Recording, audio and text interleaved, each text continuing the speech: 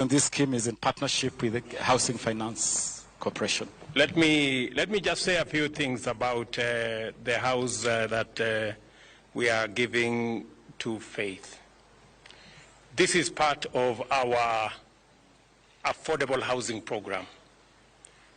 This house in Park Road, if it was built under the normal program, a 3-bedroom house in Park Road would be anywhere between 15 and 20 million.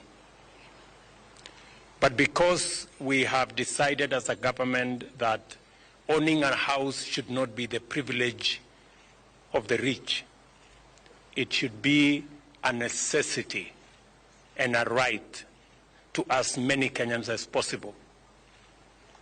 This house has now been reduced to 6 million shillings, and that is what we are paying. And